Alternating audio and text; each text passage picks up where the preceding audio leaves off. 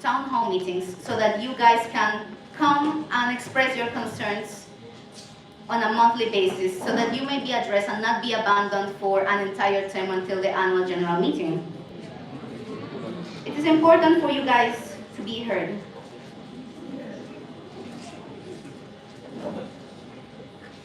Now, your concerns deserve more than just a simple email saying, duly noted. They deserve a real dialogue. Transparency doesn't stop here.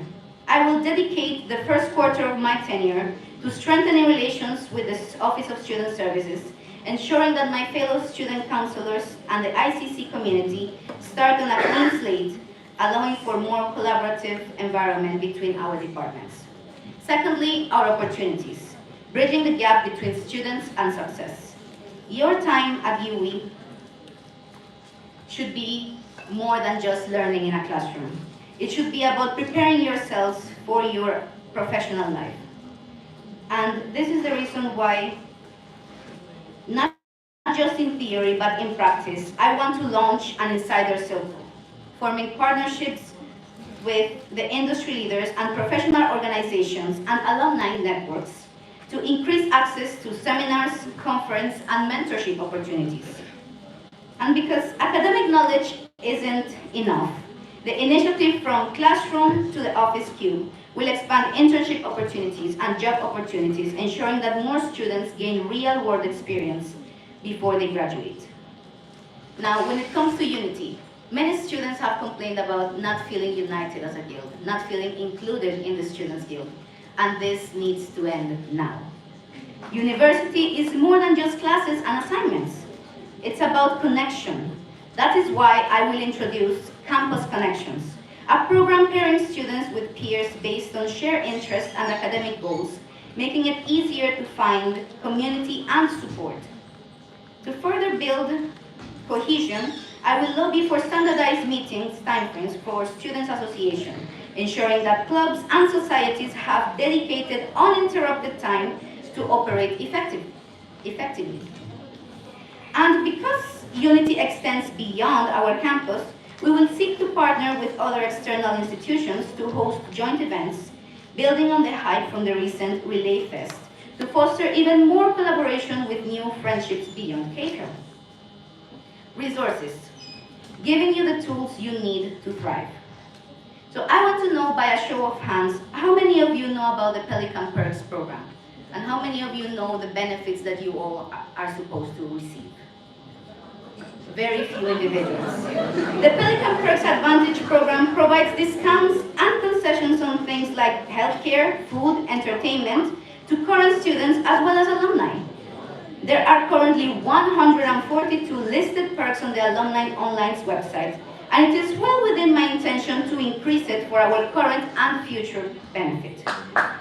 Reliable shuttle operations are a necessity, not a luxury. That is why I will push for the relaunch of the shuttle app and ensure Pleasant View residents are taken home via the Warren shuttle after 9 p.m.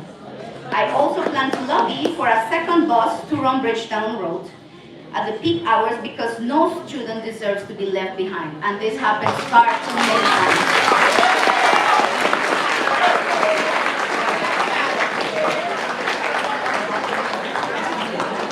Because no student should struggle for basic amenities, I will lobby the reopening of the Roy Marshall Kitchenette, while also securing sponsorships to increase functioning water stations across the entire campus.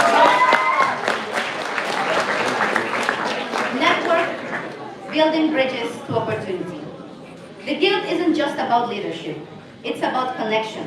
And that's why we will reform the handing over ceremony into a networking event, opening to the wider student body and recognizing the sponsors and partners who support our initiatives all year round. Welfare is also focused on helping you access your resources. We will host a welfare-focused initiative, whether it's distributing care packages, hosting stress relief activities, or providing essential resources for students' needs. But one of the most important things is your empowerment. Sometimes students feel shut down, and I want to empower each and every single one of you. I want to elevate your student potential. Skills are what will get you ahead, and we're making sure that you have the right ones.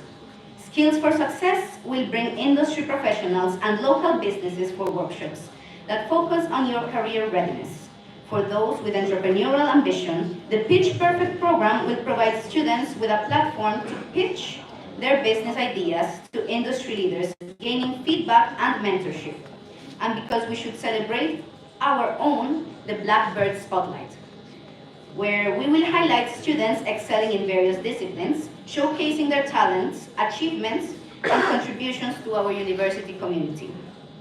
But finally, at the center of all is you, because this journey is not just about initiatives or policies, it is about you, the students, the final pillar of this plan. Throughout this campaign, I have spoken about the journey that we must take together. But none of this matters without you. None of it is possible without you. You are the heart of this university, and you are the life that fills these halls. And you deserve leadership that reflects your needs, your concerns, and your dreams. You are the future. You are the future change makers, and you are the ones who will shape the world beyond these walls. Every success, every challenge, and every triumph is a part of your story. And I am committed to making sure that your story has a happy ending. Together, we will rise, and together, we will build a legacy that is worthy of you. Tonight, we don't just reflect on a campaign. We stand at this crossroads of our future. This is the moment we decide the direction of our university. And this is the moment we decide what we are going to make of our university experience. The moment we choose whether we will continue the things as they are, or dare to believe and push for something better. I believe in a guild that truly serves you, that listens and acts. In my country, we don't have a Students' Guild president. We have a vocera, the voice of the students.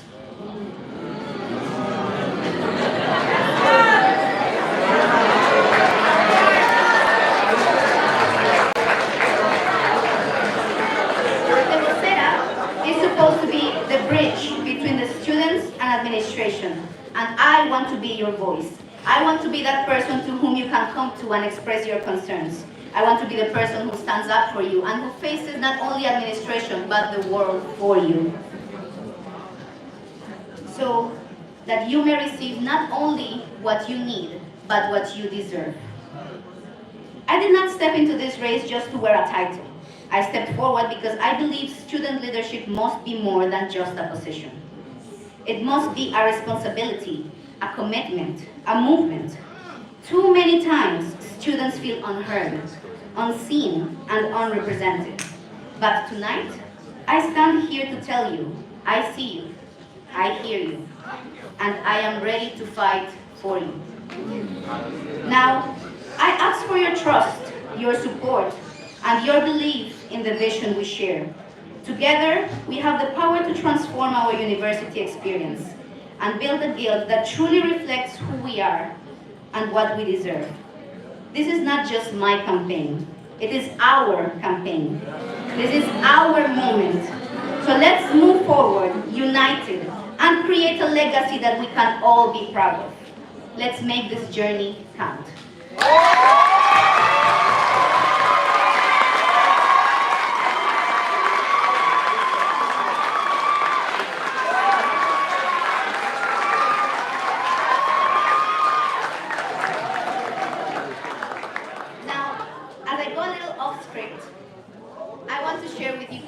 A few experiences I have found during my campaign.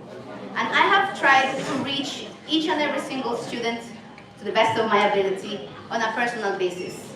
I like to hear from students themselves what is it that they want and what is it that they need.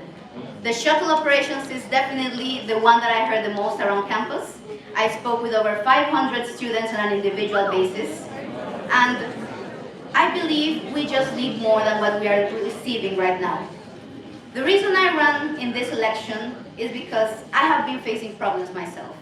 And I asked myself, if I am facing problems, there must be many other students who are also facing problems and do not receive the help that they need and that they deserve. And I want to be your vocera. I want to be able to be your voice. I want to be able to speak for you. I want to be able to face the world for you.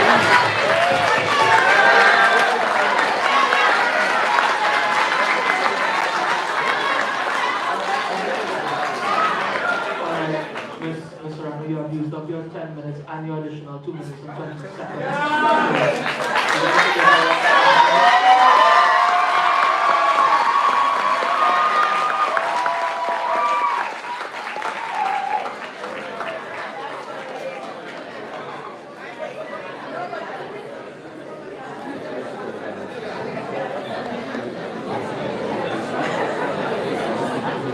Thank you so much, Mr. Ramo. Ladies and gentlemen, we move on to our third candidate of the evening, and that is Mr. Azar Williams.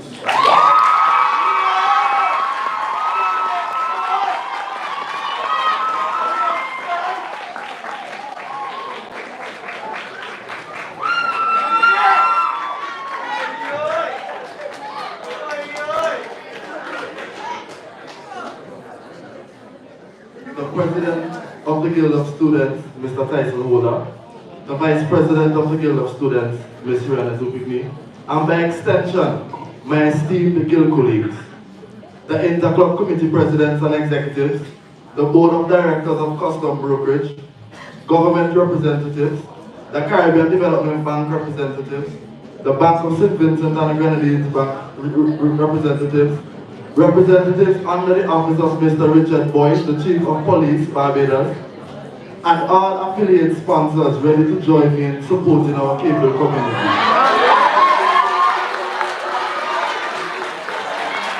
But more importantly, my esteemed KV Blackbirds, to whom I am ready to serve. A pleasant night to you all. I am Azar Williams, from the island of St. Vincent and the Grenadines. I am currently in my third year of my bachelor degree in management with innovation and entrepreneurship. When I first walked through the gates of the University of the West Indies, Cayville, on August 20th, 2022, I was a dreamer, bold yet unrefined. Like many of you, I entered these walls with ambition in my heart and a vision in my mind. I came here not just to learn, but to grow, to serve, and to make a difference. Today I stand before you because that vision has led me here, to this moment, to this opportunity, to this call to lead. I could never forget when I was the president of the Student Council, or / guild president of the St. Vincent and the Grenadines Community College, Division of Technical and Vocational Education. All my lecturers still call me to this day to say that it was the most impactful presidency they have ever seen at the college. I was able to address matters related to unfair exams, absence of lecturers.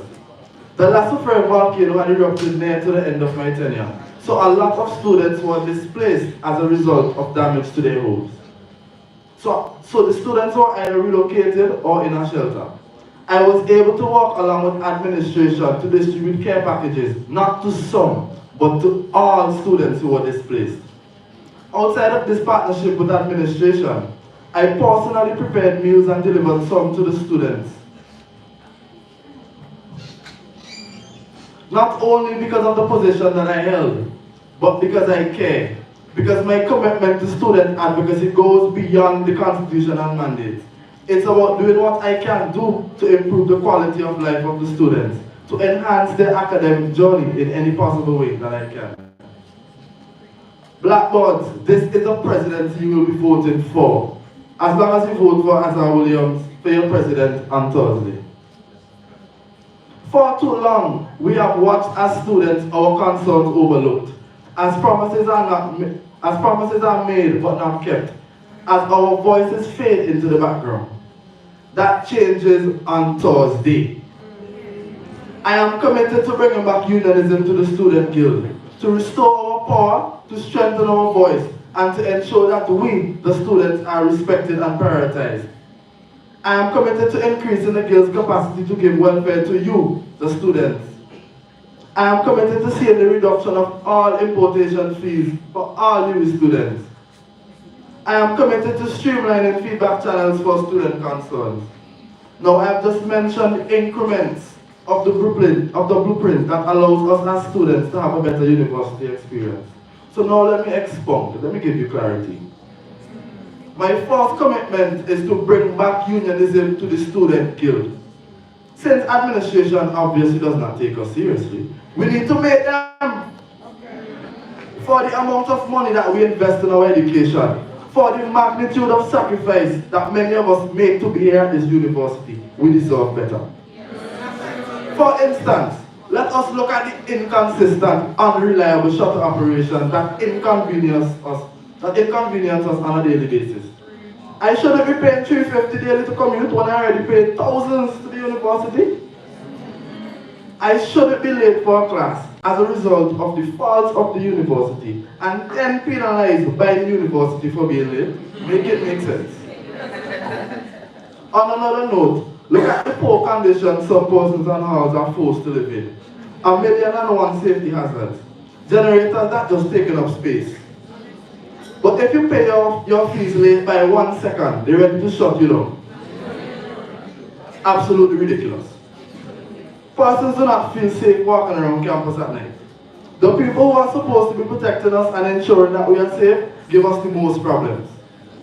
How can you close the back gate 2 hours early and then watch our women on campus who are well within their rights to use the gate and say they will have to find their way home? Make it make sense? This is why under my presidency, there will be enhanced security on campus. I've already begun speaking with officers under the office of the Chief of Police, Mr. Richard Boyce, to ensure that we have police patrols along the NCF route, the Warrens route, and within the parameters of the university so that you can feel safe. As for the shuttle issues, the hall issues, I already proposed to administration that since when one shuttle has issues, the other shuttles miraculously stop working also. We need to partner with an outside transportation company with shuttles to assist in those times. So students always have access to the shuttle service. It shouldn't be a privilege, it is a right. As for the halls and infrastructural issues, I will be staying in Barbados throughout the summer to work along with administration to ensure that they begin working on these issues so that students feel welcomed for the new academic year. If there is no cooperation from admin, properly organized protest action with clear goals and objectives will be executed. My next commitment is to increase the Guild's capacity to give welfare. This looks at pulling together resources from throughout the entire region outside of the Guild's financial allocation. It involves working along with different government bodies, private entities, and organizations throughout the Caribbean. This is something that is already in motion. When I went to Jamaica in January to represent the Guild, many persons thought that because I am PRO, I probably carried a proposal about marketing UWI or about communication. No, I did not. I, in fact, as public relations officer, carried a proposal about external funding for the Guild of Students to cater to the welfare of students and the operation of the Guild. After discussing my proposal in Jamaica, it was in fact approved. Before I went to Jamaica, I had to reach out to the various organizations throughout the region to get their support, which I in fact got. I say this to say, Blackbirds, I have been working for you.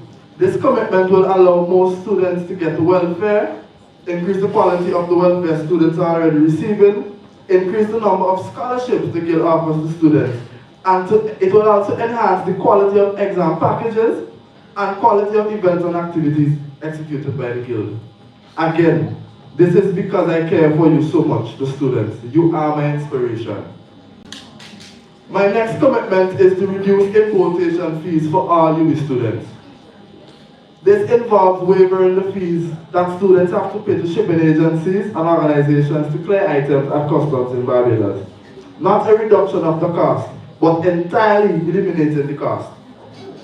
It allows students to ship barrels from their home countries to Barbados at a reduced cost. And order items online from places like Amazon and Shein paid a reduced cost overall to get it at customs. This is something that I've sat in meetings over the past year with brokers and persons under customs so that it can be executed. I did not mention it before, but I will mention it now, because this part wasn't confirmed until yesterday. But students will also be able to export packages to their home countries at a reduced cost. I know this will especially help those students who are graduating and want to send their stuff back home. This initiative helps our entrepreneurs cut costs, it helps our island associations and clubs, but ultimately it helps you, the students. I know sometimes we wish we can buy stuff in our countries and ship it here, because Barbados is so expensive for some of us, and the currency exchange does us no justice.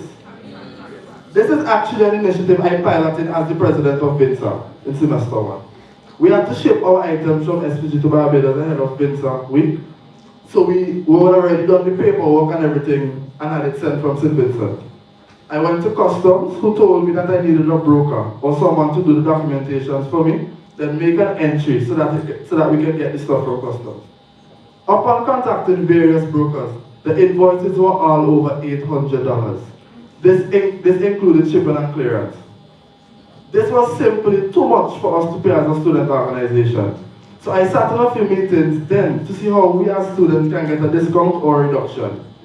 After sitting in these meetings, we paid over 45% less. So this is something I'm ready to execute as your guild president. No promises, but a commitment. My next commitment is to streamline feedback channels for student concerns. I realize that most students send their concerns through the community chat or other group chats on WhatsApp. The reality is, when concerns and issues are sent there, they are sometimes buried. You might send a message and then see somebody send a next message and there has a 5:15 shuttle left to stop. Through utilizing online forms for the different representatives of the Guild Council, students can send complaints to the various offices of the Guild to have them resolved. There will, however, be a hotline number for emergencies. We really need that. To hold Guild councillors accountable, each councillor will have a certain number of days to respond to these concerns from students. The response time will be decided and agreed upon by the Guild Council and shared with students. Blackbirds, I am committed to ensure that you have the best possible university experience. I am committed to working for you, making things happen for you. Williams is willing to fight, ready to lead. Vote Azar Williams on Thursday as your guild president, because I am with you, I will fight for you, and I will win for you. Thank you.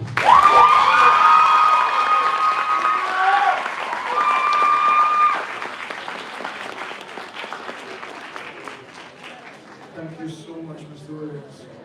We now move on to our final candidate of the evening, Mr. Can we please get some silence for the introduction of the candidate? Ladies and gentlemen, can we please get some silence? I would now like to introduce Mr. Hector Adibanya, your fourth candidate for Guild President.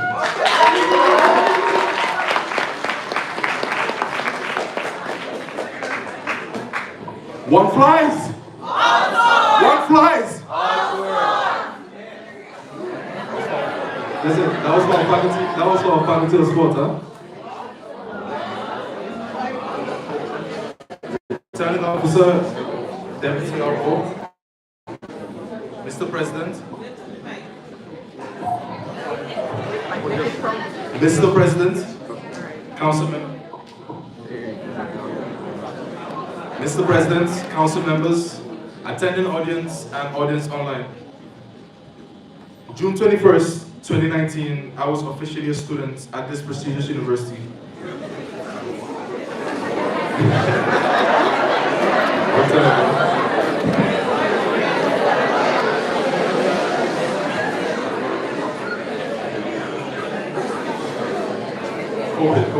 COVID.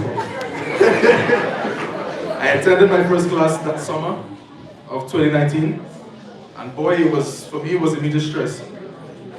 6 weeks to cram 12 weeks of work, trying to fit in new surroundings, new cultures. It wasn't easy. In fact, I remember getting a B minus in both of my courses. And I also remember celebrating it like it was an A plus. Immediately came semester 1, Freshers Week, and my first friend was the guild president at that time, and I was only in first year. As you can imagine, I was honored. I was also scared, because she was fierce. Anybody that remembers Tasha knows that she was fierce and very courageous and brave.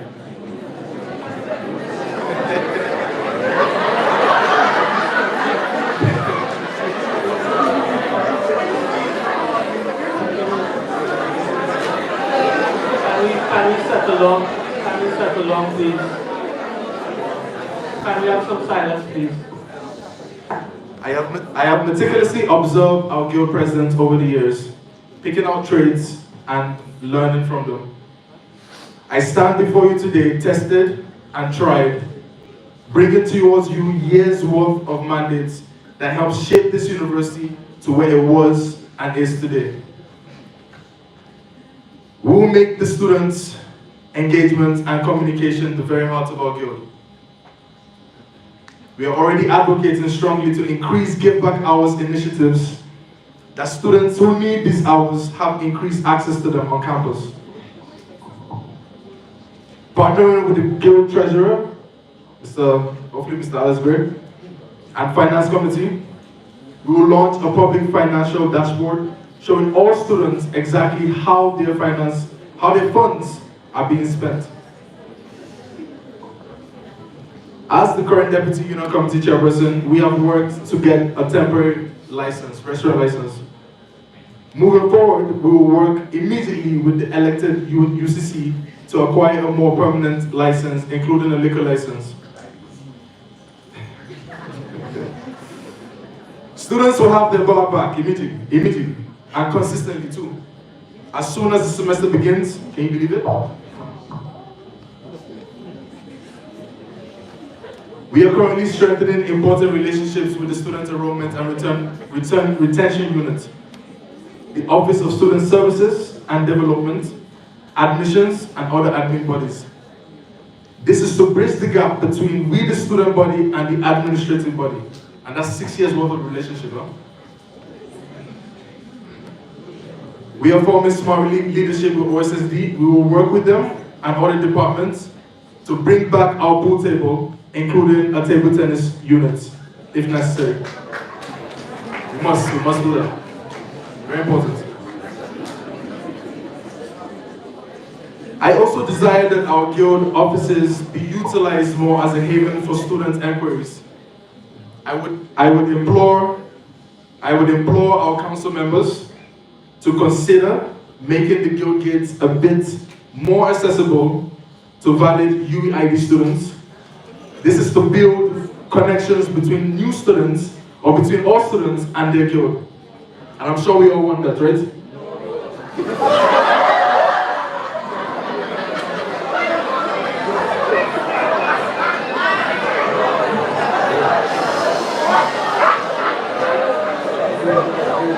Can we have some order, please? Please settle down. Settle down.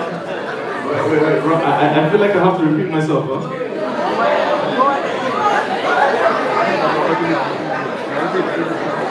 Finally, our motto is student first. Student first. Everything else will fall into place when students are happy and properly looked after. A wise man once told me that, huh? A wise solution. I wonder if it's it.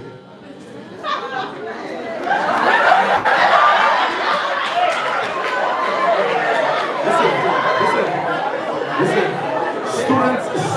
Students first, and everything else will fall into place when students are happy and properly looked after. Therefore, starting from day one, we will focus on bonding with new first-year students, arrivals, learning from them, and teaching them the culture of our great university. Returning Officer, Deputy RO, Mr. President, Council members, esteemed audience here and online. 6 years ago, I walked onto this campus as a student facing the same struggles as many of you today. Adapting, growing, and pushing through challenges. Today I stand before you not just as a candidate, but as a student who has lived this experience, who has learned from it, and who is ready to lead because of it. This campaign isn't just about promises, it's about action, accountability, and the unwavering belief that when students come first, everything else falls into place. I have outlined clear, impactful, and achievable initiatives. Initiatives that will strengthen student engagement, improve transparency, and bring meaningful change to our campus life. From securing a permanent restaurant license, to increasing student give-back hours, to launching a financial dashboard, and many more, many more. Our plan is bold, our plan is direct, our plan is student-centered.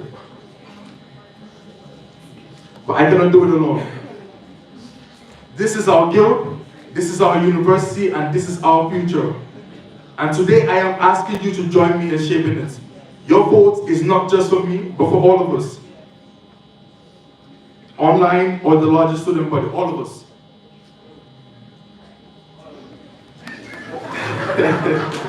Who believe in a guild that listens, a guild that acts, and a guild that puts students first. Let's make this happen together. Let's lead with purpose. Let's build with vision. Let's win this for the students. Thank you.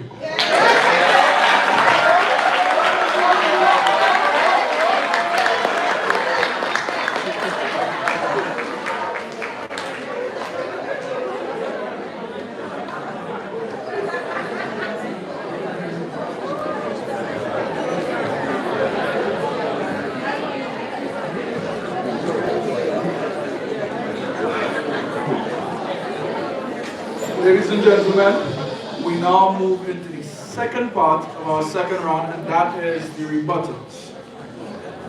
Just a reminder of the rules surrounding the rebuttals. Each candidate here is given 4 minutes, no grace period, no overtime, no matter what. 4 minutes to respond to any of their fellow candidates who are sat at the table with them. Candidates are given the option as to whether or not they would like to rebut. Therefore, before I call upon each candidate, the audience as my witness, I will ask each candidate whether or not they would like to rebut, and if they reply yes, they will take the lectern and go ahead with their rebuttal to their fellow candidates. If no, we move on to the next candidate. Candidates will be rebutting in a reverse order, meaning that our last candidate will be our first person to rebut, and our first candidate will be our last person to rebut. Is that understood? Yes. Lovely. So, Mr. Adebanya, sorry, I don't know any You pronounced it right the first time, you know. My apologies. But I will now pose the question to you. Would you like to rebut to your fellow candidates? No?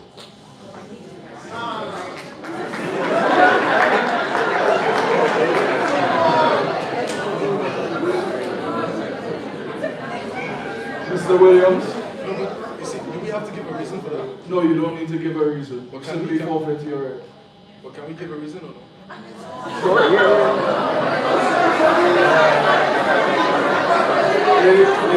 Ladies and gentlemen, the returning officer has spoken and he has said no. Mr. Williams, would you like to rebut to any of your opponents? Mr. Williams has also forfeited his right to rebut. Ms. Serrano, would you like to rebut to any of your opponents?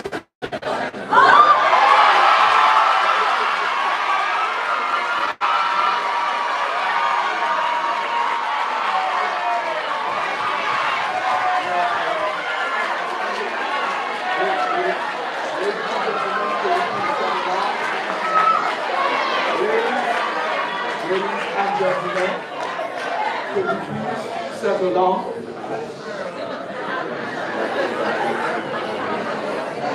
I know you're all excited to hear Mr. Rano rebut, but you can't do that if you're talking. Thank you. Mr. Rano, the lecture is now yours.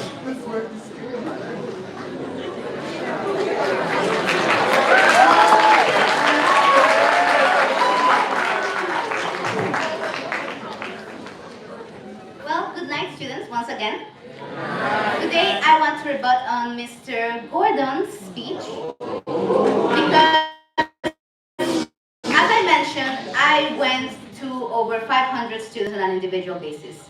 And I particularly focused on both the postgraduate building and the creative performance arts building. And it was, to my surprise, finding out tonight that Mr. Gordon is supposed to represent the students to whom he didn't even campaign. And I find it very strange.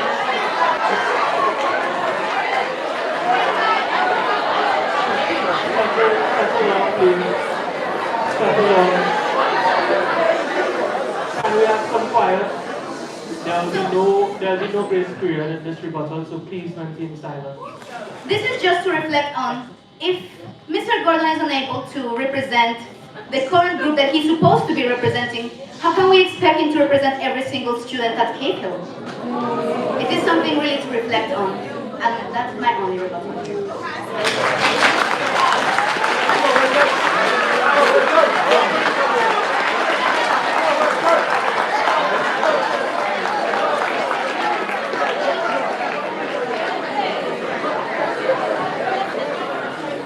Thank you.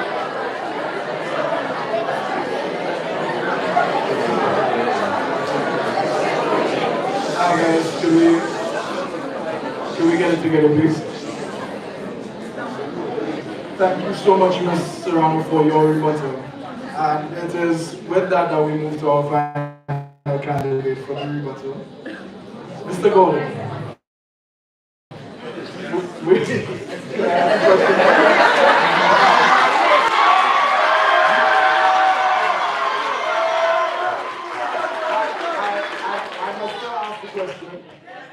Mr. Gordon, would you like to rebut any of your points?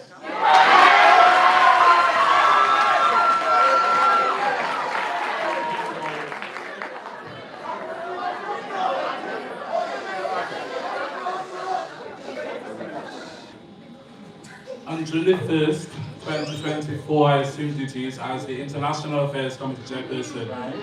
A month into that job, there were 2 vacancies on the council still. One of Guild Treasurer and one of the Faculty of Culture, Creative and Performing Arts representative. I filled another vacancy heading into my second year of my LLB, and that is a position I held with pride. I served the students, I went to academic and the faculty board. I met regularly with the dean, and I was there and I even sought out the current Faculty of Culture, Creative and Performing Arts representative, Ms. Julia Boyce. In terms of campaigning, there are 6,000 students on this campus. I am a student of the Faculty of Law, and whereas I cannot reach all faculties on foot like you, Ms. Serrano,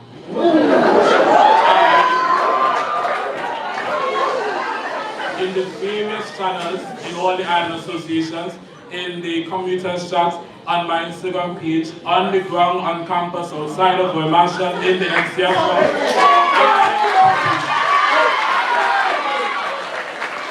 So to say that my lack of campaigning to one particular set of students who I no longer serve in that capacity represents what I will do for the future, you are sorely mistaken.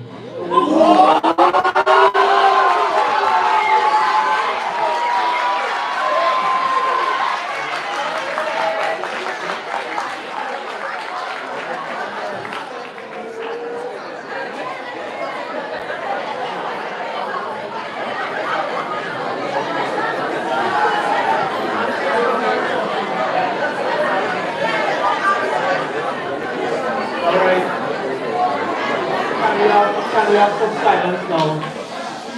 So the candidates engage in their speeches and their rebuttals. Now we'll move into question and answer. So same format as the last time. If you want to ask a question on the floor, you come to the front and have it vetted. And just ensure you indicate which candidate you are posing your question to. So on the form, the first question is for Mr. Azar Williams. The question is, which shipping companies are involved in your Mandate 3 initiative? Thank you for the question and good night everyone once again. Well, I would like to first of all indicate that the shipping agency that I opted to work along with, they do have affiliate shipping agencies under them, and the name of that shipping agency is Custom Brokers RR. Thank you.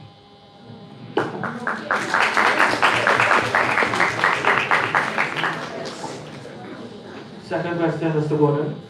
How do you plan to enforce UE zero tolerance policy on sexual harassment, especially in student dorms, and ensure a safe environment for all students? Well, I think a similar question was asked to me last year, and that is why I introduced the Gender Affairs Office of my department. I said last year that I'm not the police and I'm not able to be everywhere students are. But definitely, my job comes in terms of reporting and an attempt to prevent. We cannot prevent all acts of harassment. What we can do is advocate, educate.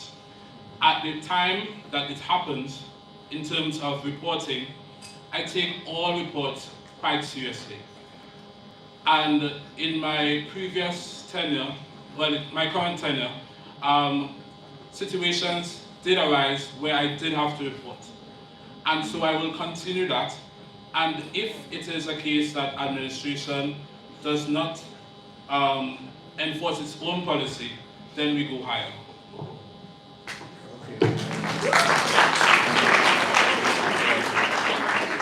The following question is for Mr. Adebanya.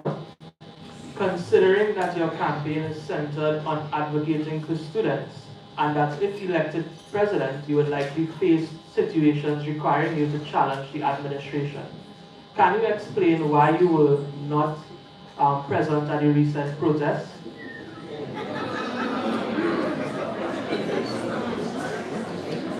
Oh, thank you for the question, Mr. Rohan. Well, it's a very simple answer. First of all, I did not hear, about the campaign until I was sweetly in my bed. I live in Christchurch, right? And I understand. I don't know if you all know where that is, but it takes 2 good hours for me to get to the campus. Yeah, it takes 2 hours. Yeah.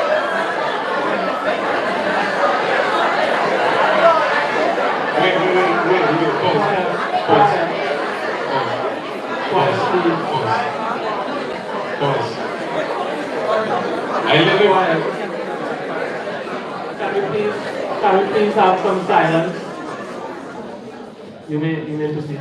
Yeah, so it takes good time to get to campus. However, I did have a word to say about the protests, and those who saw my status on WhatsApp or anything would show you what I had to say about the protests. I spoke about the protest is a good protest. I feel more students should have been alerted that they were, because I had concerns that students telling me that they were not aware of a protest. But I did say that it is of good course that they are protesting, because especially the fact of student finance, having a student manager and having a general manager to make it easier for Guild Council to access student finances to better help the students. However, that is only good if you have a responsible people that is in charge of this finances, to deal with the students. But for me not joining the debate, I would have been there if I lived in St. James again, right? So.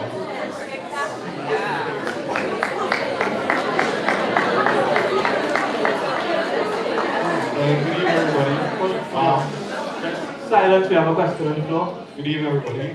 This is a question to Mr. Gordon.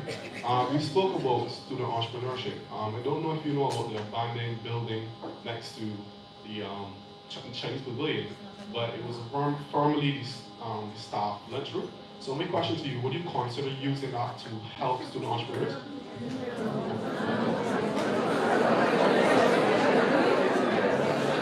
Thank you for your question.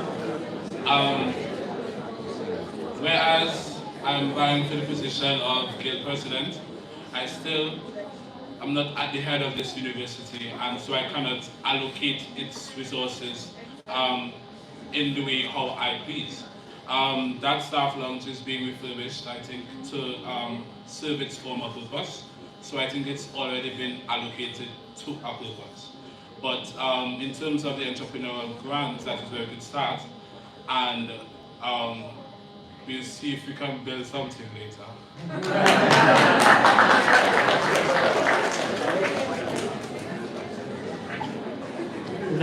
Next question is for Mr. Adebanya again. During your campaign period, you have not campaigned to any regional students, nor came to any hall. You would have also went on a newspaper making statements against regional students. As a potential guild president, how do you plan to make us regional students feel included and not segregated?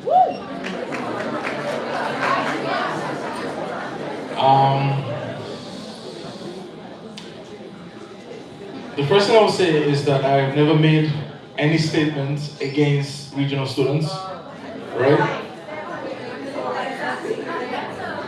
I have never made any statement against. The statement I made was that I would like to see more.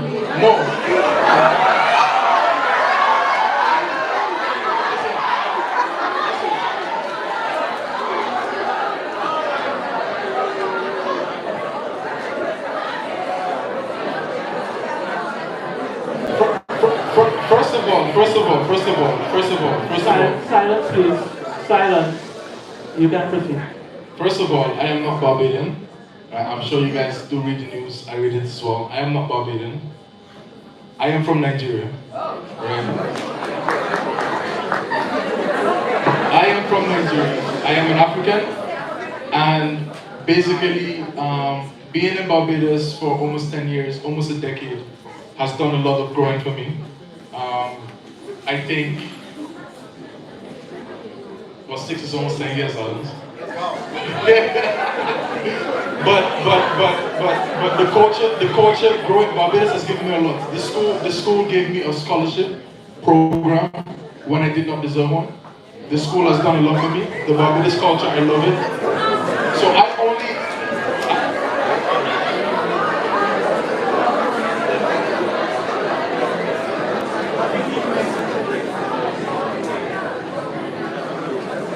So I only advocated for more Barbadian. I was talking to Barbadian representatives. That's why I went to their newspaper, that they would be encouraged more to participate in elections and vote, because they do pay good fees as well. The participation of internationals,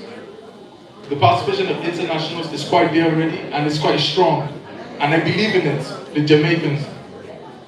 I believe in it. But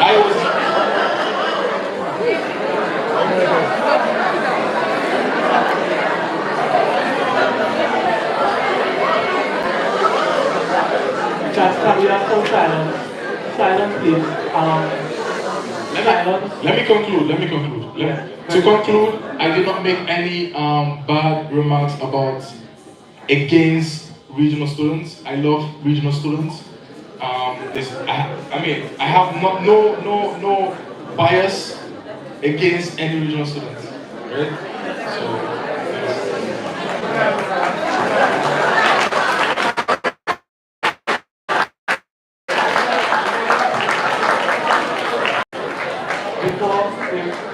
Just before you ask your question, shutter is, but so that no one gets left behind. so that no one gets left behind, it's advisable for some persons to utilize this one rather than all persons use the 11 o'clock shuttle. Good night, everybody. So my first question is for Aza and AJ. The question is, as both members of the current guild, students feel that it has fallen short on its promises and hasn't been as present as expected. If re-elected, how can we trust that your leadership will result in a guild that is different and better than the current one? Thank you so much for the question. And first of all, I'd like to indicate that I currently am the president of the Vincentian Student Association. And I believe that my leadership has been shown in terms of me executing my mandate, me giving the students what I've promised, me following through on what I set out to do. So I can assure you that because of this track record that I've already set to let the students know that I am committed to them, I am committed to ensuring that they do in fact have the best university experience, and I'm here for them. I can tell you for certain that I will ensure I follow through on all of my mandates and attacks. Thank you.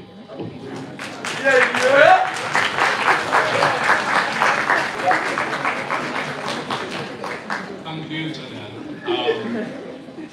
That director of my Caribbean Majesty pageant. You know firsthand my dedication to my work, and you were annoyed firsthand with me in terms of even how much I pre-planned and pushed and ensured that every little detail that may have been overlooked was brought up to the fore. You were there when I sent messages after 12 because I couldn't fall asleep until I figured out how to do this or what is the strategy for this. And that has been seen in my work from since Special Projects days. My commitment to my work. I have a strong work ethic and I have developed a good work-life balance, and that is what I would push into this tenure. Notwithstanding that, I do accept responsibility as part of this current administration. I do think that more could have been done, but definitely I am restrained essentially because my portfolio demands my attention and I couldn't manage the guild altogether, and I don't intend to unless or until it is my time.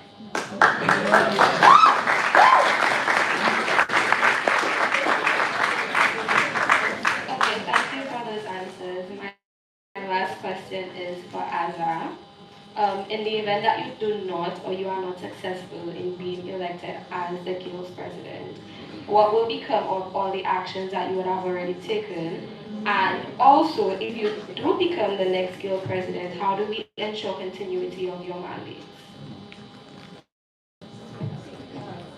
Firstly, again, thank you for the question. Now, a lot of my mandates were formed on the basis of the partnerships that I have with the various stakeholders. I have absolutely no problem if I'm not elected, like the next guild president, to work along with them. But that will be at their discretion if they are willing to work along with the next guild president. Because as I would have mentioned, they were formed on the basis of my business partnerships, based on my work ethic, based on all of these different factors. But of course, as somebody that values the students, even if I'm not elected, I still would like to look out for the students. I still would like for the students to enjoy all of these benefits. So of course, I will still look out for the students if I'm not elected, because I'm sure I will look to serve the students in some other capacity where I can contribute meaningfully. But to sum it up, of course I'm willing to walk along, but yeah. Thank you.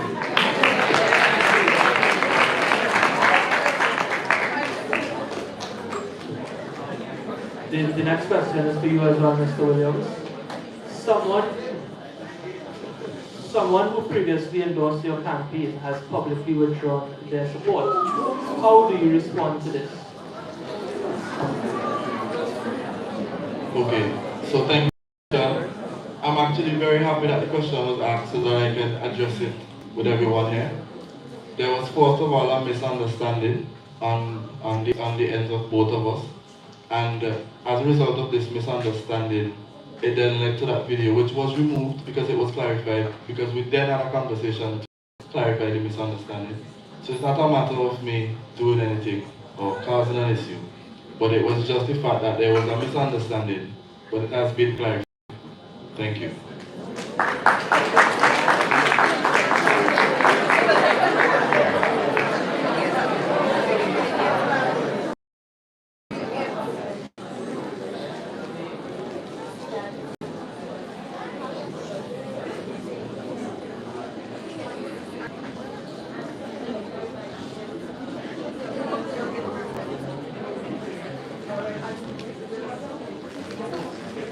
The next question is for Mr. Adebanyo.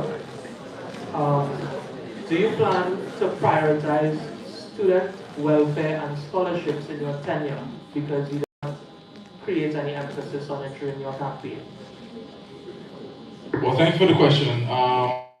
So I did not mention specifics because we only had a certain amount of time.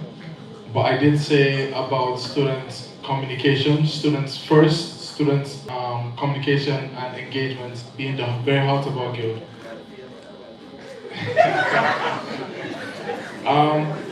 I would have made mention of things like give back hours, and giving back to the students does include welfare and scholarship programs and other things as well. And in fact, we are already speaking with people in the Office of Student Services and Development about how we can provide these services, whether it's the guild bar or like the anything. When it comes to the students, we're forming important relationships that when we come to them to do these things, that we will not have much pushback on it, basically. Immediately. Yes, thank you.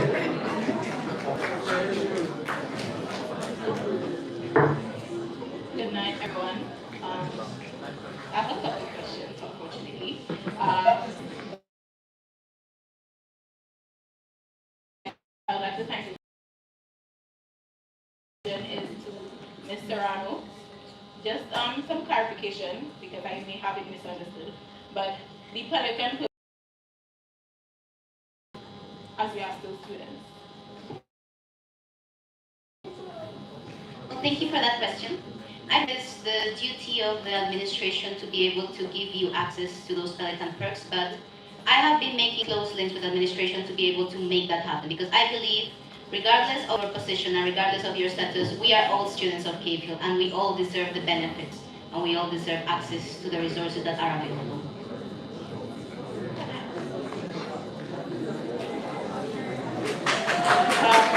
My second question is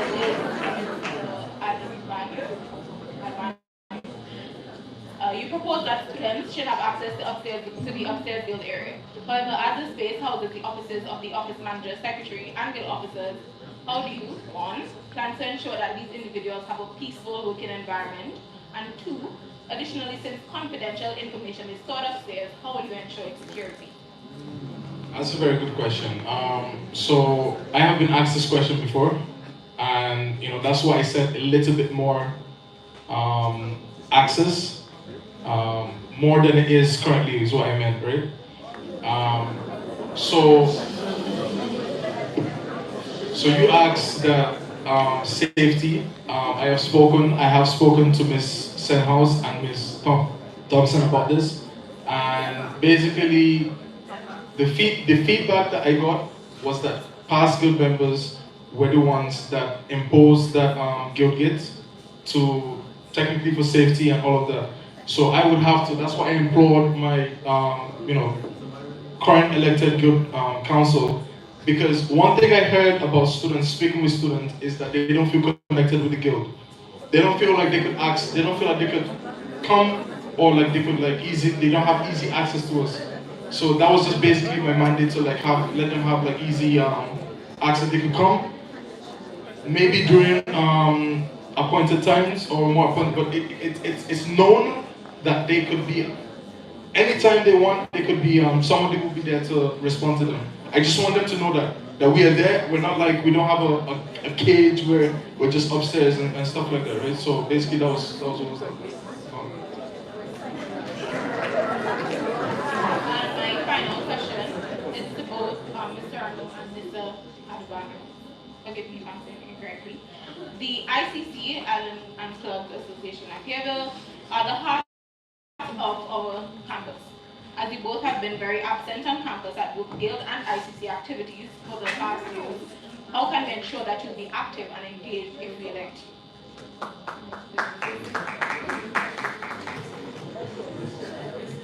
That is another very good question, powerful question.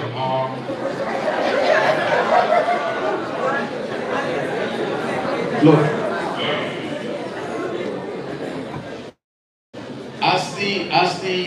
as the current deputy union committee chairperson, you know, the workload from the beginning was a lot, right? And I remember, I mean, you know, the current UCC should be able to tell you, you know, where they're able to pack, whether it's drinks or anything. Like I like hands-on. I'm getting to the ICC. Listen, I like hands-on experience. Basically, I like to work. I like to work for people, and I like to build things. I like to actually do that. So my services as the current deputy union committee chairperson, I am willing to transfer it to whether it's UCC. I mean, Mr. Allen's plans. I mean, whatever he wants or whatever. No. I mean, in the sense of if he's elected, right, as the you know, so basically.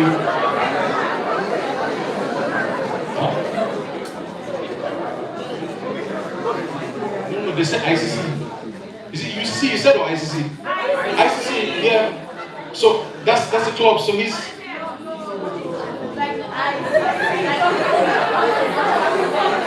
Wait. I mean, if we just start supporting Drumstack, Grandstack, debating society, they all have no representing of the So that's what I mean. That's what I mean. Allen's has a lot of, like, okay, so as the guild president.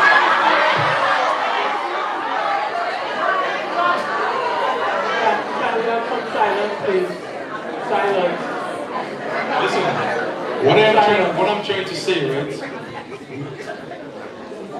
Currently, where I work, I am the head chef, right? So wait, pause. Listen, there's something called, there's something called delegation of duties, right? As a guild president, I don't necessarily have to do everything alone. I can work with my vice president, and he could tell me, and we could work together and do that.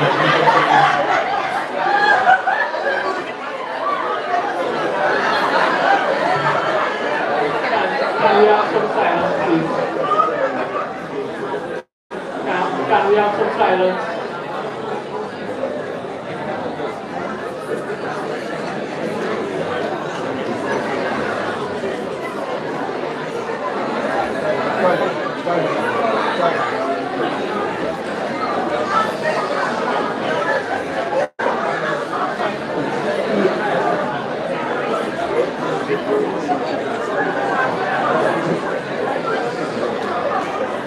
Can we have some silence, please? Silence. Okay, thank you very much for the question. To begin with, I have not been here at KFIL long enough, but I have been long enough to understand that there are some issues that need to be addressed. And that is the reason I am running for president. Now, as it concerns to me attending the events, sometimes transportation is a big issue for me. I live a bit far, and some events start a bit late. But as it regards to me being able to be present in the future, that would be absolutely a guarantee, because if I am able to become guild president, then I will be able to actually live on Holland, be able to make use of my residence.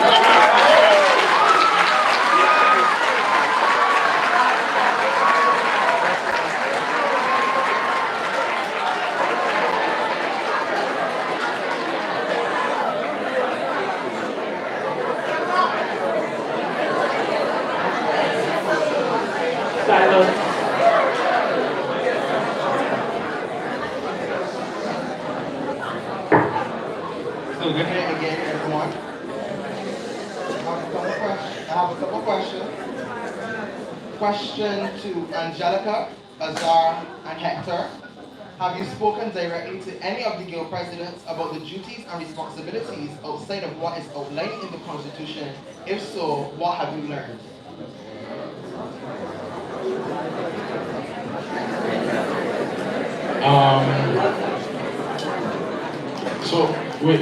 Tyson, repeat the question, please. Have you spoken directly to any of the guild presidents about the duties and responsibilities outside of what is outlined in the Constitution? If so, what have you learned? So by guild presidents, you mean current and past, right?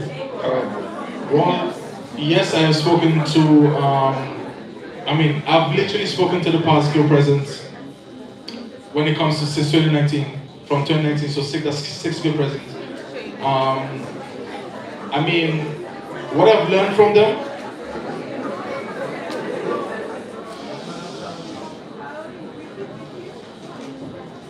Tyson, I'm talking to you, right?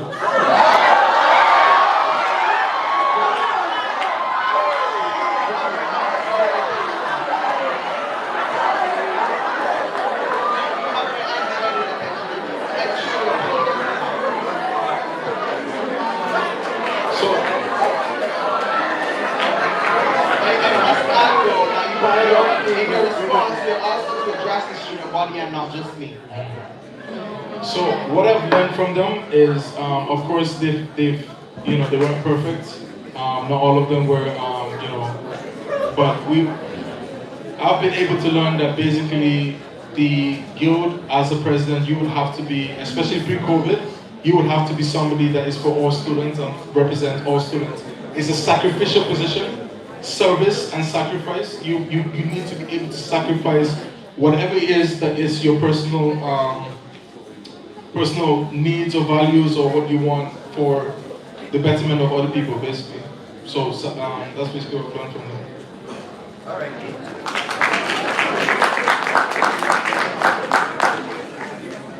First of all, Mr. Holder, thank you for the question. And to answer, yes, I have spoken to a few of the previous guild presidents, and along with yourself, you would know that. And what stood out, what stood out the most when discussing with the previous president and yourself is the importance of communicating with guild councillors. Because a lot of the times, guild councillors need help, but they just don't come to the guild president because they feel as if they don't want to bother the guild president. So, as long as I'm elected, something that I like to mention, and I hope that the potential candidates are in this. I would like to communicate more with you, be more transparent, and let you know that if you need any sort of assistance, if you need any kind of help, the door is always open to you. Thank you.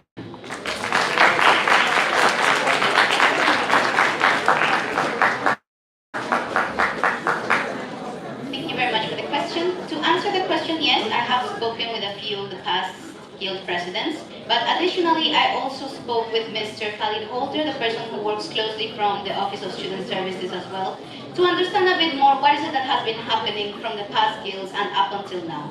And something very interesting I have learned is the difference in perspectives. Sometimes students feel as things take too long or as things are too complicated. And something I have learned is sometimes things are not just too complicated. Sometimes both the guild and the Office of Student Services is trying to look out for your well-being. They are also trying to make provisions for any accident that, God forbids, may happen during one of the events. But the issue is that communication is never clear enough to actually make students understand that they are not trying to put obstacles in their way. They are trying to help you and to keep you safe, even when they want you to have fun.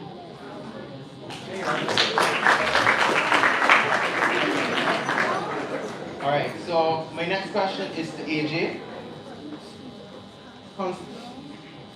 Considering two things, that this current guild has been able to restore the checks and balances, such as the powers of the guild office manager, and that the systems under the previous presidents you would have spoken to no longer exist due to the work of your fellow councillors, how have those conversations benefited your preparation for the current system of operations? Well, thank you for that question.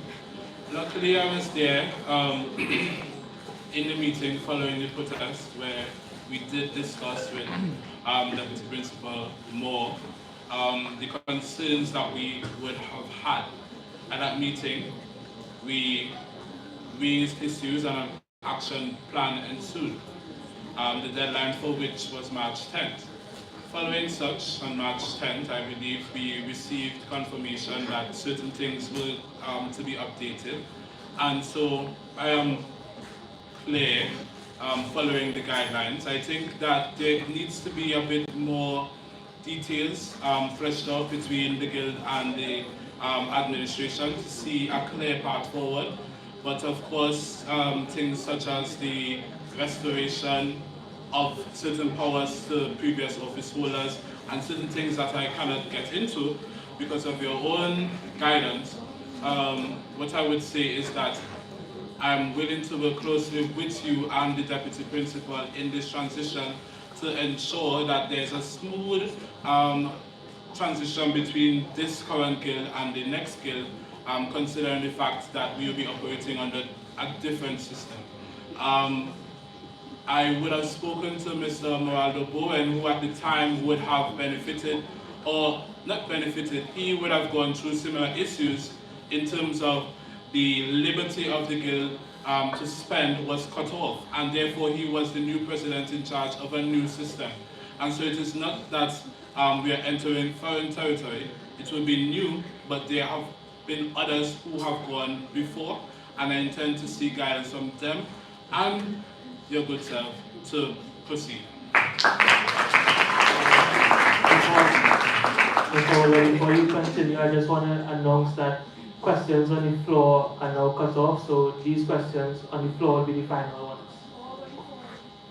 To all the candidates, on Friday 27 February 2025, there was a protest that was staged on the grounds of the erosion of student rights.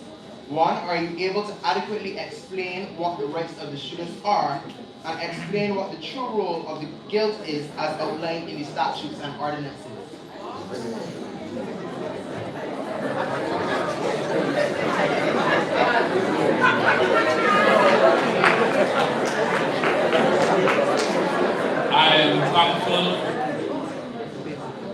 I am thankful to have received the statutes and ordinances from your good self, and those I have used. Now, I think I made it clear that the main functions of the guild is, in terms of the campus space, is to provide an avenue for advocacy for the students, a channel between the students and administration. Now, I could read the duties of the guild or the role of the guild in terms of administration to you, but I think I would spare the students tonight. However, I, as a guild councillor working for the past year, I have learned on the ground and I've done my reading, and I assure you that I fully understand the basis of the statutes and ordinances which establish the guild of students.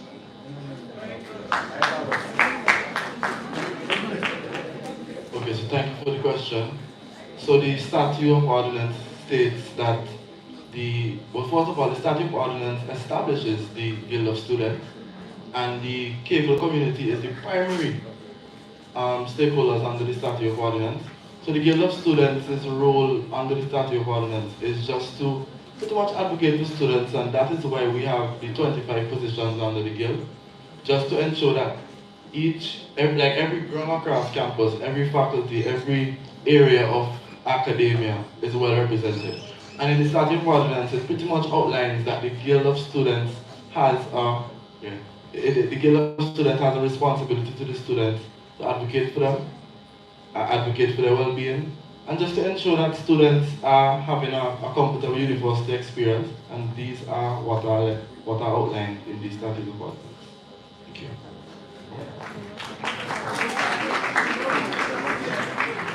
Oh, Tyson, thank you for your question again. So basically, similar to what Mr. Azar would have said, the guild's main is the Guild of Students, right? And common sense would tell me that the Guild of Students is supposed to be for the students. the guild works for the student and is not again above the student.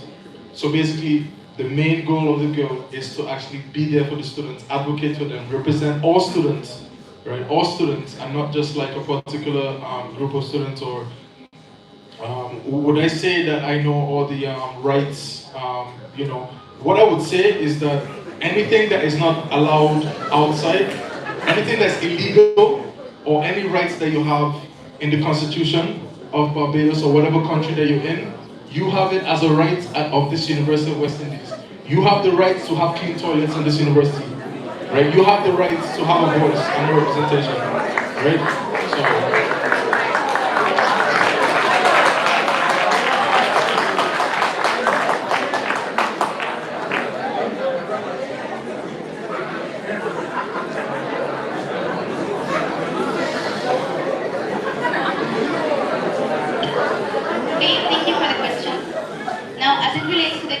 Duties. It is the duty of the guild to advocate for the students and to ensure the students' well-being.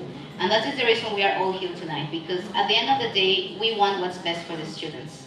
Now, as in regards to the students' rights, students have the right to being able to access their academic records. They have access to freedom of expression. They have the right to be able to participate in school governance.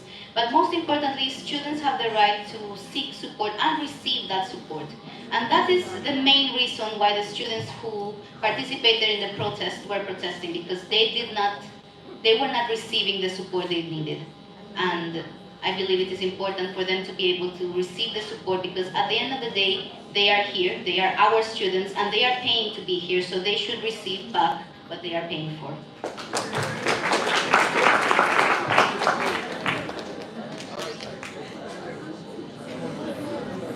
Alright, all beautiful questions. I just want to clarify that the role of the guild is to act independently to the administration as outlined in the ordinances, but all beautiful answers. On to my next question. To all the candidates again, how familiar are you with the university policies and chains of command that you can say you are adequately equipped to battle against administration at the highest executive level?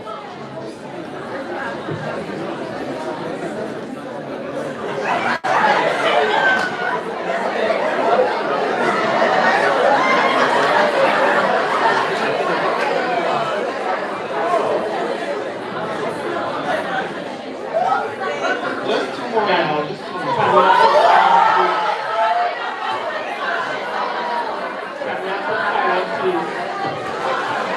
Silence.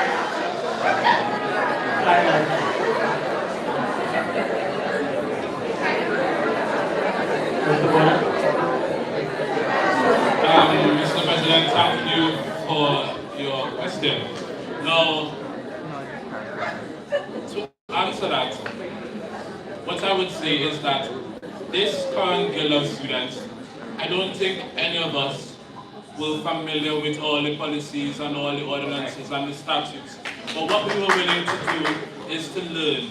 And even my mandate in terms of the guild internship program allows students who have signed up for this to learn. All these candidates are fresh. There's nobody here who has done the presidency before. And the lack of knowledge of the article or the statute or whatever it is does not in turn translate to the lack of their capability to do the job. Answer your question, I think that I am willing to learn. All guild councillors to be are willing to learn. We shall learn, we shall come up to speed, just as how you came up to speed, and we will do the job.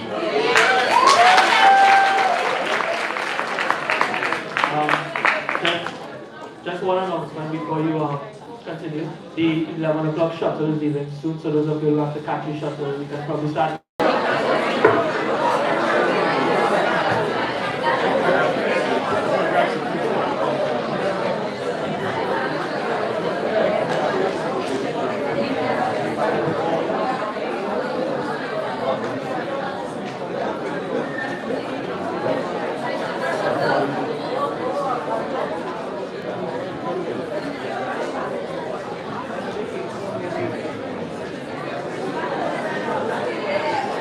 So, Tyson, so your question would have been the policies that we know that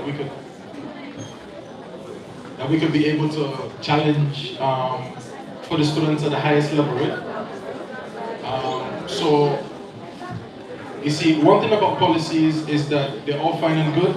You can challenge at the highest level of students, but you also need to have a good relationship with them. And right now, I can stand here and say that I have a good relationship.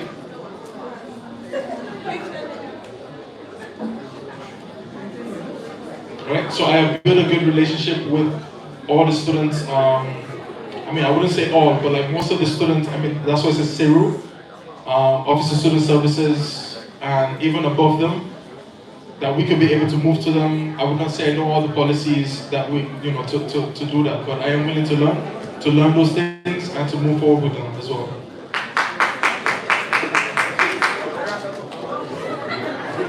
Okay, Tyson, thank you for the question.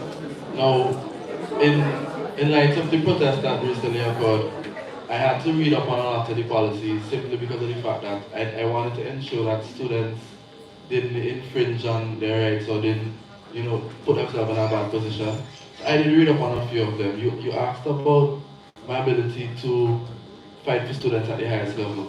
Now, as the president of the Vincentian Student Association, I would have familiarized myself with the various offices across the university. So I have a very good relationship with Ms. Shakita Taylor at the OSSD. I have a good relationship with the campus registrar, the assistant registrar, Ms. Kimberly Boyce. So I do have a very good relationship with most of the offices at the university. And I can assure you that right now, if I call them, or if I call them in the morning, before I even say my name, they're going to be like, "Hi, good morning, Azar, how are you doing?" So I do believe that I have enough knowledge and I can definitely work in the best interest of the students at the highest level. Thank you for the question again. Thank you for the question. I am not going to claim to be an open policy and constitution book. I'm not fully aware of all the policies and all the rules to follow, but I know a lot of the students and a lot of the student service offices that are here on campus. So I am familiar with the Office of Student Services, the persons at the Office of Zero, and like Mr. Williams, I am also friends with the persons inside those offices. So it will be pretty easy, to call it in a way, to be able to advocate for the students and higher ups. Now, in my country, we have a saying, and I like to go by it, which is, there is always someone above someone. So if you're facing problems with somebody who is at your level or a little above you, simply go above. And if that's a problem too, go above and keep on climbing until you reach the head of the problem, where you can actually address it and make the real change.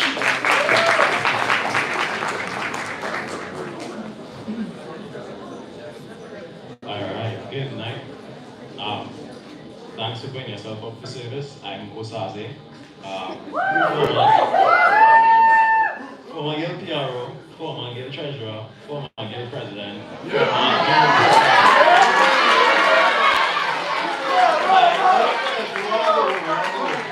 I say this because I know the job not easy, right?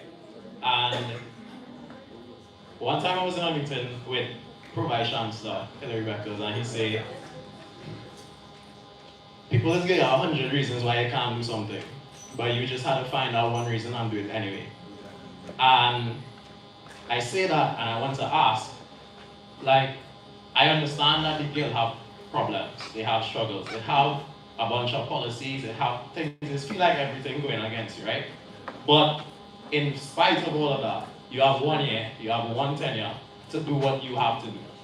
And me personally, maybe the other students too, don't like excuses. And so what my question is tell us what about you, or tell us how you, when you don't get your way, when things seem to be going against you, how you going to find a way and push through, and like what part of your campaign or your person shows us that you can do that.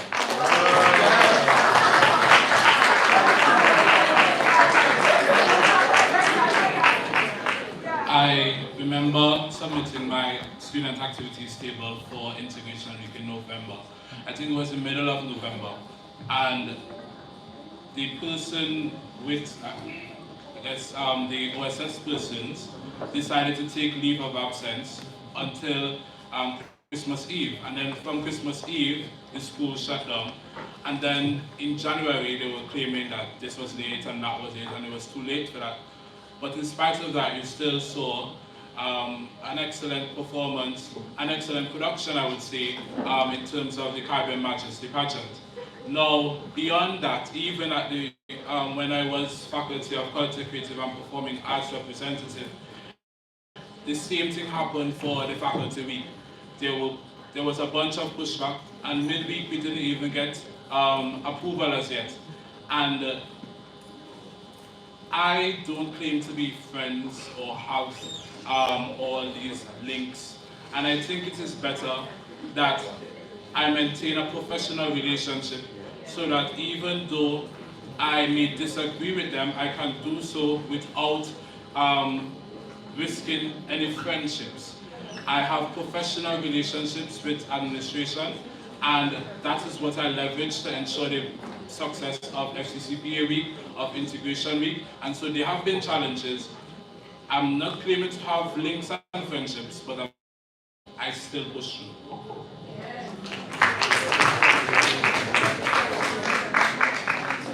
Thank you for the question.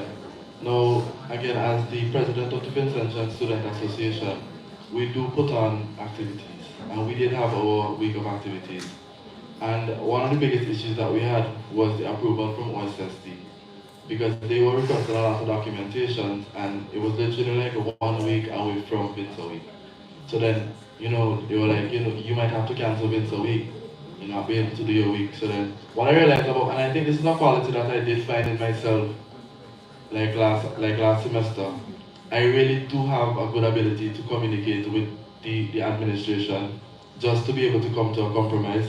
I realized that one of the biggest qualities that I have is just simply understanding things from the perspective of administration and finding ways to just come to a compromise. I mean, at the end of the day, both administration and the Guild of Students, they're supposed to have a common goal.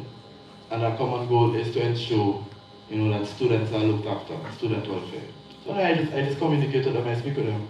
And as much as it was mentioned that, some persons are claiming that they have friendships with necessary individuals, it's good to have a level of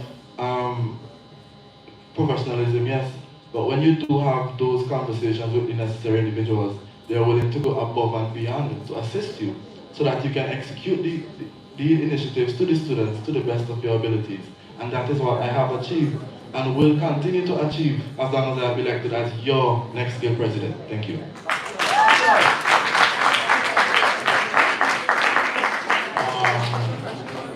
So that's a very good question, Osaze. And basically, in life, everything you do must have a struggle. You must struggle for it. Not everything comes easy. No, not everything comes easy. Right? Not everything comes easy. Right? So basically, what I'm trying to say is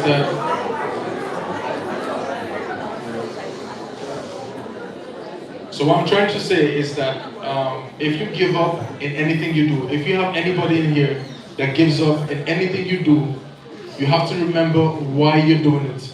We had training before we were actual official candidates of Guild, and I remember, I can't remember his name, but he said that basically, when the going gets tough, you need to remember why you're doing what you're doing. Right? And if you're passionate about why you're doing what you're doing, you should not be able you should be able to find some sort of means, or even if something is not able to happen, let's say somebody is not able to do something that they said they were going to do, they should be able to stand up to that and own it and tell the students that, listen, we're finding red tape, we're finding it difficult to do these things, we're finding it's not easy to do them. And I think just that honesty to the students, they don't bite, they'll be understanding at least that, that it is difficult to do that. So what I'm saying is honesty, that you must be honest, you must be straightforward with students, don't lie to people. If you cannot do something, you tell them that you cannot do it, and I think you should be Okay, thank you very much for the question. when it comes to not having things going your way and then what happens next? Well, when you are facing a project and you want to complete a project, you are always going to find obstacles in your way, but that is not a reason for you to back off from your plan. In my opinion, it just makes you stronger. So when you find obstacles, you learn about what were the things that stopped you from getting your goal in the first instance, and it helps you to build a stronger basis with which to move forward. I believe when you are trying to get things done that are difficult to get done, you have to get more resources, you have to get more people. If the current persons you're speaking to right now are finding a problem, try to understand what is it that it's not allowing them to allow you to get your plans done, and simply try to accommodate around them. If you can't fix it with that level, just go upper and upper and upper until you reach the head. It is important for you to show up every day, not just send an email or not just have a meeting today and wait for it to be solved a few weeks in the future. Consistency, resilience, and constant effort is important for you to be able to get things done. That is the reason that I believe firmly in the policy of being a vocera. I believe in being able to voice your opinions. I believe in being able to project your voice and be able to guide you. And not only you, but being able to voice those concerns to administration. Now, I don't believe having a good relationship with members of administration can make things more difficult. On the contrary, in my journey throughout the Caribbean, Trinidad and Tobago, Jamaica, Curacao, and Barbados, making relationships has been very important, and it's actually sometimes the only door that helps you get through the barriers others can't.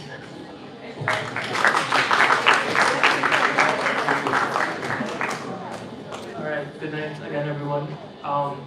That brings us to the end of this round, so I'd like you all to give the candidates a round of applause. I know we did not get, I do apologize, we did not get to get through all the forms, all the questions online. However, tomorrow is the last day of campaigning, and I'm sure these candidates will be coming to you all sometime throughout the day tomorrow, so you all can feel free to ask them the questions and get your answers. So with that being said, I'd like to thank everyone for coming out and the regional safety.